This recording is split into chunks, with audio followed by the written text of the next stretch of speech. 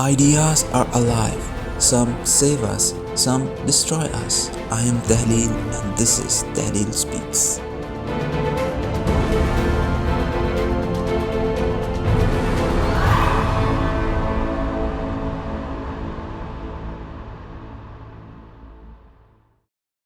You know what's terrifying? The best traders in the world don't win because they are smarter. They win because they have learned to outmaneuver themselves. Your brain wasn't built for markets. It was built for survival. And right now, it's sabotaging you. Let me take you back to the day I first felt betrayed by my own mind. It was just another Tuesday. The coffee was still warm on my desk, my charts were lined up, and my strategy was airtight. So I thought I had spent months preparing for this kind of setup, backtesting, journaling, practicing, detachment. I wasn't just trading anymore, I was executing, calculated, clinical, cold. But then the numbers started turning red. First slowly, like a drop of blood on the edge of scalpel, then faster, like a wound torn open. I lost $50,000 before lunch. That number might just sound like pixels on screen, but in my body, it felt like a fire alarm, a visceral jolt. My heart didn't just race, it pounded. My fingers trembled, my chest tightened, and then came the thought, almost whispered, almost logical, double down. Not because the trade made sense, not because the trend was reversing, but because somewhere deep in my brain, older than logic, older than language, a primal command had ignited. There's a word for this in behavioral finance: loss aversion. The pain of losing money activates the same brain centers that register physical pain. And when we hurt, we stop thinking, we react. We stop analyzing, we chase relief. I wasn't doubling down on strategy, I was doubling down on hope. And hope, when weaponized by fear, becomes poison. I remember slamming my desk, not in anger at the market, but in anger at myself, because I knew better. I had read the books, I had studied the research, but knowing is not the same as feeling. And on that day, my feeling hijacked the feel. That's the betrayal. Not that the market moved, not that I lost, but that the part of me I thought I had tamed, the rational part, wasn't even driving the car. That's what no one tells you. Trading isn't just data and charts. It's a battleground between your high brain and your ancient instincts. And when real money is on the line, it's not always the smartest part of you that wins. It's the loudest.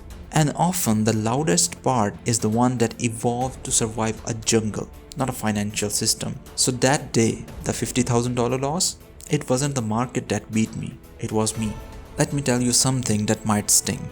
That gut feeling you worship, the one you call instinct, it's not intuition, it's biochemistry. When you sit in front of trading screen and see the price move up or down, you are not just watching numbers, you are bathing in a cocktail of chemicals that are millions of years old. And here's the kicker, you think you are in control, but really you are an autopilot, driven by brain chemistry that evolved to help cavemen survive lions, not Wall Street volatility. Let's break it down. First, there's dopamine, the chemical of anticipation. It's the reason gamblers keep pulling slot machines. Every time a trade goes slightly in your favor, your brain gives you a small hit. Not for winning, just for maybe winning.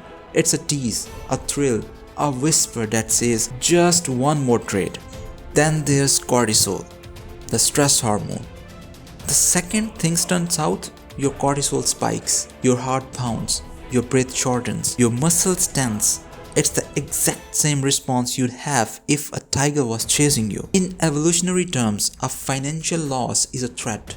Your brain doesn't know the difference between losing $5,000 and losing a limb. And then there's serotonin, the one that plays tricks with your pride. When your serotonin levels dip, often after a loss, it creates a desperation to restore status. It's not just about the money, it's about ego, about identify.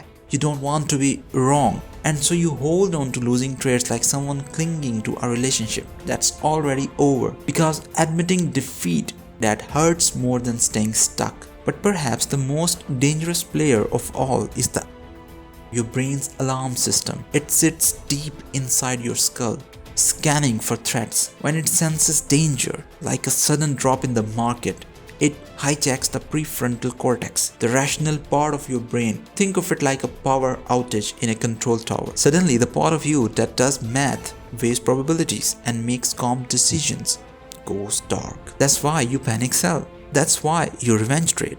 That's why even when you know better, you still mess up. Because you are not trading stocks, you are trading neurochemicals. Your screen lights up and so do your dopamine receptors. A red candle forms and cortisol floods your veins. You hold on to a bad position not because of a sound strategy, but because your serotonin-starved ego can't let go. And what's worse, this chemical loop is addictive.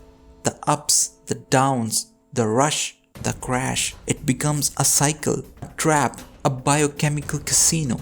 And unless you learn to spot it, to regulate it, to step outside of it, it will own you. For a long time, I thought I needed more data, more technical setups, more indicators, more precision in my entry and exit points. But the truth is, data was never the problem. The problem was me. See, what finally saved me wasn't some magical new strategy. It was something far more uncomfortable, something far more powerful. Awareness. Not analysis, not prediction, not control, just awareness. It started when I realized that most of my worst decisions didn't come from ignorance. They came from misinterpreting my own emotions as logic. I wasn't pivoting, I was panicking. I wasn't being strategic, I was being scared. I wasn't optimizing, I was overcompensating. And the market, it doesn't care why you click buy or sell, it just reacts. So I began doing something radically different. I stopped trying to outsmart the market and started trying to understand myself. I began to study my reactions the way a sniper studies a target, quietly, patiently, with zero judgment. Noticing the way my heart raced when a candle spiked, the way my breathing changed when a trade went red, the way my thoughts speed up, convincing me that this next move was logical when it was actually emotional. I began journaling, not just trades, but triggers. I wrote things like, today I felt the itch to chase, I did nothing. Today I wanted to double down, I watched the feeling pass. Today I craved revenge, I took a walk instead. Those might sound small, but they are not. In a world wired for speed, stillness is power. In a system built on reaction, restraint is a rebellion. The best trade you'll ever make is the one you don't. Not because you missed an opportunity, but because you dodged a trap. And in that moment, when you choose awareness over impulse, you are no longer a slave to the chemicals. You are the observer, the one who sees clearly, the one who acts only when it matters. That's the real edge. Not a secret indicator, not a shortcut, but the capacity to sit in the fire of your own emotions and stay still. Let's stop pretending this is just about money. Let's stop acting like red and green candles are just data points. Because you know deep down that when the screen bleeds, it's not just numbers that get wounded. It's you, your confidence, your certainty, your identity. Every trade is a test, not of your intellect, but of your emotional architecture. Every drop in the market pulls at the wiring in your mind, the old trauma, the buried insecurity, the hunger to prove something. So now, I'll ask you quietly, honestly, when the market turns against you, who shows up? Is it the version of you that built the plan with discipline and clarity? The one who rehearsed every move, every stop loss, every contingency? Or it is the version of you that panics, that hears the whisper, just one more trade, that feels the heat rising in your chest and wants, needs to make the pain stop.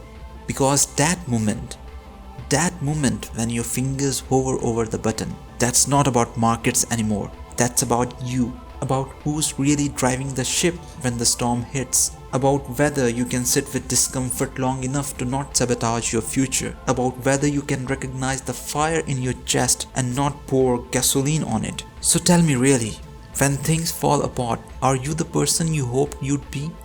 When your strategy is bleeding out, do you reach for the scalpel or the torch? Because this is the moment most never face. They will blame the market, blame the Fed, blame the news, but they won't look in the mirror. They won't ask the one question that matters. Am I in control or just reacting? And if you are honest, if you are brutally honest, you will see the war was never out there on the screen. It was always inside, in your biology, in your conditioning, in your shadow. And maybe, just maybe, this is the real trade. Not stocks, not options, not crypto, but the trade between who you have been and who you could become. All it takes is one moment of awareness, one breath, one pause before you hit the button. Because the real profit isn't measured in dollars, it's measured in integrity. Every trade, every choice, it starts in the mind. It starts with the stories you tell yourself, the illusion you build, the lies you believe, the lie that success is a constant climb, the lie that more is always better, the lie that you can control the outcome. But what if all of it, every dollar, every chart, every trade was just a mirror?